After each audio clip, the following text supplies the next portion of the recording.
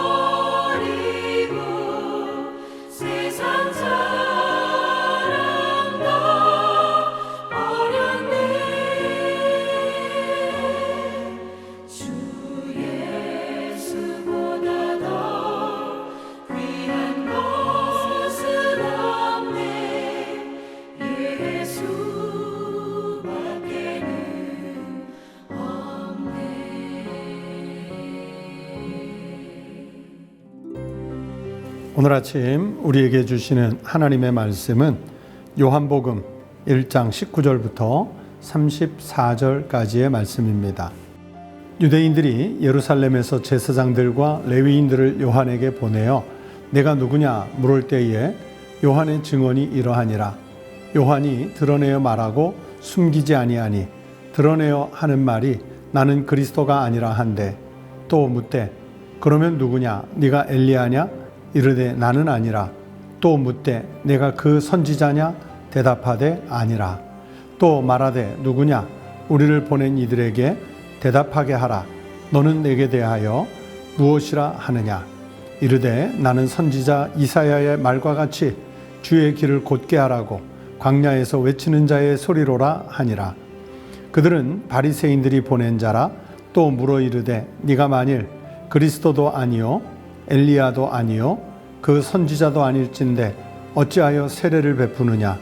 요한이 대답하되 나는 물로 세례를 베풀거니와 너희 가운데 너희가 알지 못하는 한 사람이 섰으니 곧 내 뒤에 오시는 그이라. 나는 그의 신발끈을 풀기도 감당하지 못하겠노라 하더라. 이 일은 요한이 세례 베풀던 곳 요단강 건너편 베다니에서 일어난 일이니라.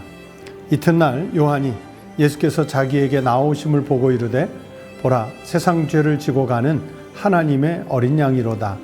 내가 전에 말하기를 내 뒤에 오는 사람이 있는데 나보다 앞선 것은 그가 나보다 먼저 계심이라 한 것이 이 사람을 가리킴이라.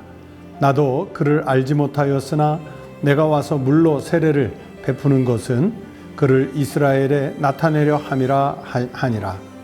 요한이 또 증언하여 이르되 내가 보매 성령이 비둘기같이 하늘로부터 내려와서 그의 위에 머물렀더라. 나도 그를 알지 못하였으나 나를 보내어 물로 세례를 베풀라 하신 그이가 나에게 말씀하시되 성령이 내려서 누구 위에든지 머무는 것을 보거든 그가 곧 성령으로 세례를 베푸는 이인 줄 알라 하셨기에 내가 보고 그가 하나님의 아들이심을 증언하였노라 하니라. 오늘 우리에게 주시는 하나님 말씀입니다. 성도 여러분, 또 한 주간을 시작하며 대림절 셋째 주간을 시작하는 월요일 아침 맞았습니다. 벌써 대림절도 셋째 주간이고 그러면서 16째 아침을 맞았습니다. 오늘 하루도 물론이고요. 이번 한 주간도 또 성탄이 이루어질 때까지 주님의 강림을 정말 간절히 손꼽아 기다리셔서 우리 안에 직접 찾아오셔서 채우시는 그 성탄의 은혜와 감동이 우리 모든 성도들과 또 교회 안에 함께 하시기를 주의 이름으로 축원합니다. 여러분, 예수님과 세례 요한의 관계, 성경 복음서들에 잘 이렇게 묘사되어 있는 부분들이 있죠. 그런데 특별히 예수님이 누구이신지 사실은 사람들이 예수를 늘 보면서도 잘 몰랐는데, 그런데 성경 속에서 예수님이 누구이신지 그 누구보다도 정확하게 알고 있었던 한 사람이 있습니다. 바로 세례 요한입니다. 이 세례 요한과 예수님은 이 땅에 출생하기 전에 이미 영적으로 인사를 한 사이예요.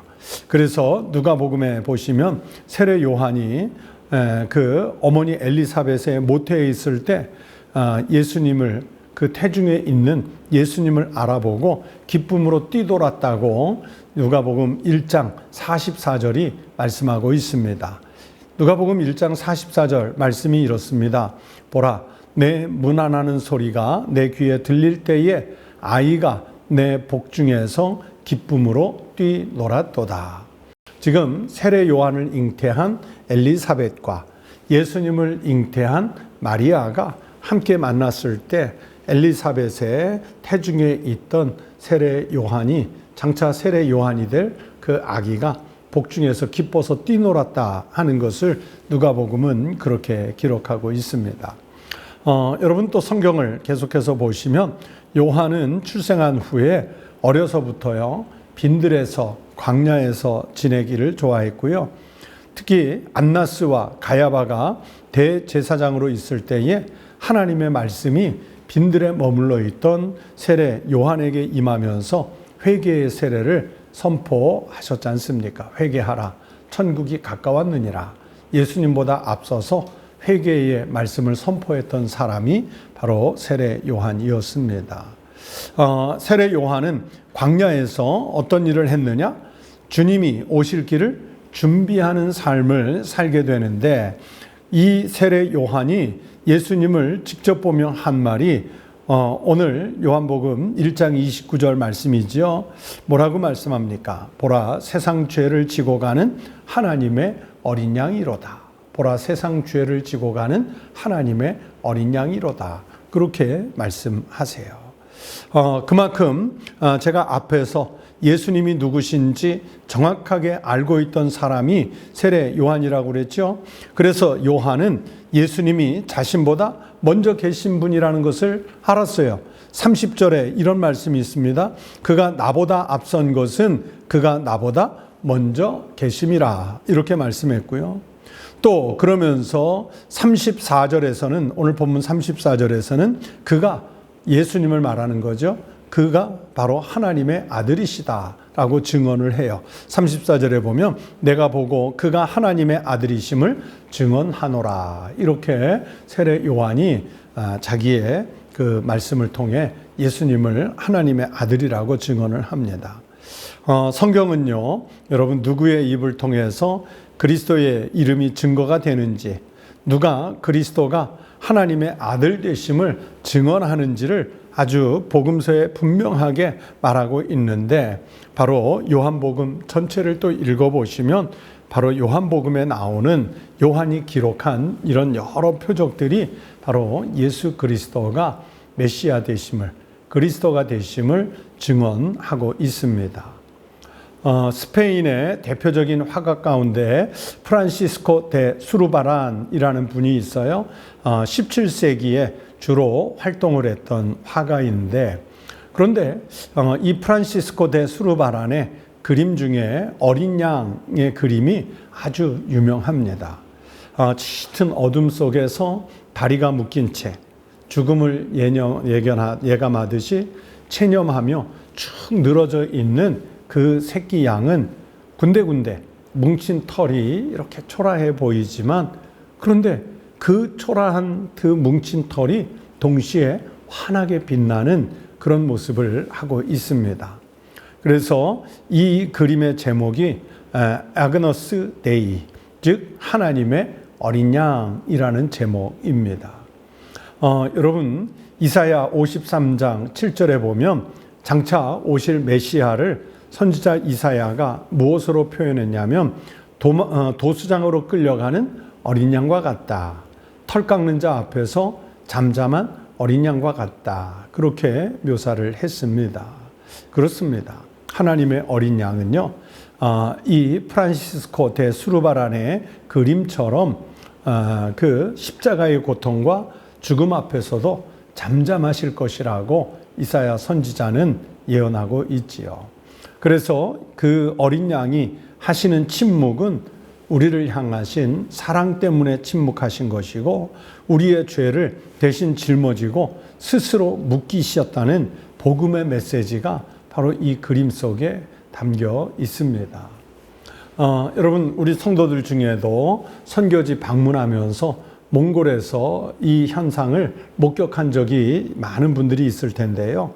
몽골 선교팀이 가면 양을 한 마리 잡아서 이렇게 그 축제를 하는 경우를 볼 때가 있는데, 그 양이 그 주인의 손에 붙잡혀 와서 그의 심장이 눌러지고, 그리고 배를 가르고 할 때 얼마나 얌전한지, 정말 어쩌면 저렇게 매우 순종적일까.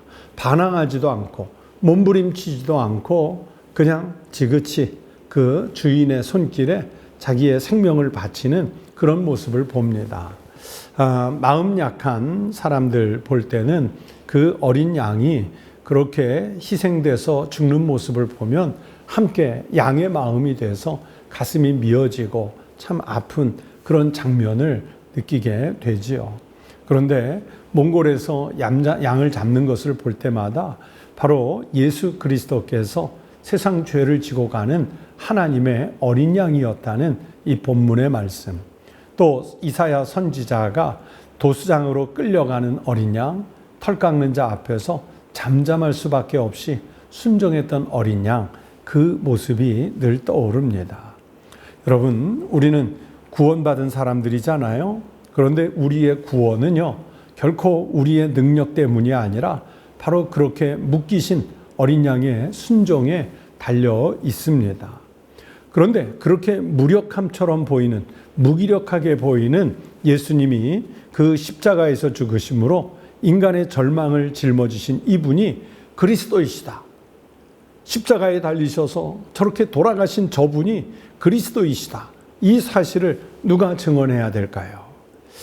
세례 요한이 오늘 본문 요한복음 1장 29절에서 보라, 세상 죄를 지고 가는 하나님의 어린 양이로다. 먼저 그렇게 외쳤지요. 나중에는요, 예수님의 제자들, 사도들이, 그리고 초대교회 성도들이, 또 기독교 역사에서 무수한 신앙의 선지자들이 그 증언을 이어갔습니다. 그리고 2000년의 시간을 지나서 지금은 누구의 몫이냐? 바로 우리 교회의 몫이고 나의 몫, 우리들의 몫이 됐습니다. 예수 그리스도가 아기 예수의 몸을 입고 이 땅에 오셔서 그리고 장성하여 십자가를 지고 골고다 언덕을 오르셨던 세상 죄를 지고 가는 그 하나님의 그 증인이 누가 되어야 되겠습니까? 바로 교회가, 바로 내가, 바로 우리 성도가 이 일을 해야 하지 않겠습니까? 여러분, 그래서 우리가 대림절 셋째 주간을 시작하게 됐는데요.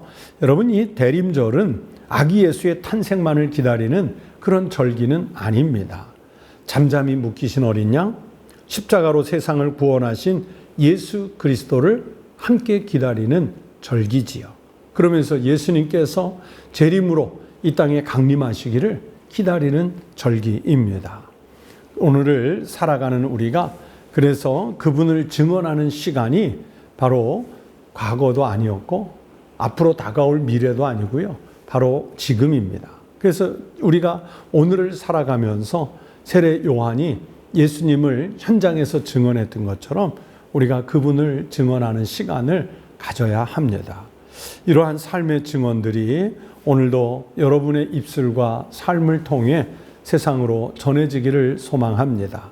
예수 그리스도는 우리를 살리시기 위해 어린 양으로 오셨습니다. 기도하겠습니다. 하나님 아버지, 감사합니다. 주님은 우리를 구원하시기 위해 십자가의 고통과 아픔을 감내하시고 마치 도수장으로 끌려가는 어린 양처럼, 털 깎는 자 앞에 그 어린 양처럼 그렇게 잠잠하게 침묵하시면서 그 고난을 감내하셨습니다. 우리에게 직접 그 얼굴을 보이시고 그 삶을 증언하시기 위해 독생자 아기 예수의 모습으로 우리에게 친히 찾아오신 줄로 믿습니다. 하나님, 우리가 그 아기 예수를 영접하여 우리가 이 땅에 아직도 그리스도 예수를 알지 못하는 이들에게 성육신하신 주님을 선포하여 우리 모두가 함께 주님의 강림을 기다리는 세상이 되게 하여 주시옵소서. 그 일의 증인으로 내가 살 수 있게 하시고 또 교회가 그 사명 감당하게 하시고 우리가 함께 더불어서 그 역할과 사명을 잘 감당할 수 있도록 은혜 베풀어 주시옵소서. 늘 하나님 앞에 나와 깨어 기도하는 성도의 기도와 간구와 도구와 감사를 들으시고 가장 적절하고 가장 좋은 곳으로 채워 응답하시는 복이 있게 하여 주시옵소서. 감사드리며 예수 그리스도의 이름으로 기도드리옵나이다. 아멘. 네, 여러분, 오늘 말씀을 생각하시면서 몇 가지 기도 제목 나누겠습니다. 우리가 예수님이 그러신 것처럼 어린 양의 이 침묵하심을 닮아서 우리도 사랑으로 이 어린 양 예수를 증언하는 삶을 살아갈 수 있게 해달라고 기도하십시오. 그리고 아직 예수님의 복음을 듣지 못한 사람들에게 우리에게 직접 찾아오셔서 우리의 생명의 구원의 역사가 일어난 것을 전하여서 한 영혼이라도 더 살리는 역사가 일어날 수 있게 기도해 주십시오. 그리고 교회 성도들이 예수님 때문에 감격이 넘치고 환희가 넘치는 그런 삶을 살아갈 수 있도록 기도해 주십시오. 그리고 여러분이 가지고 있는 기도 제목들, 가정을 위해, 교회를 위해, 나라를 위해, 이 시대와 사회를 위해 가지고 있는 기도 제목들 함께 기도하겠습니다. 다 함께 기도드리겠습니다.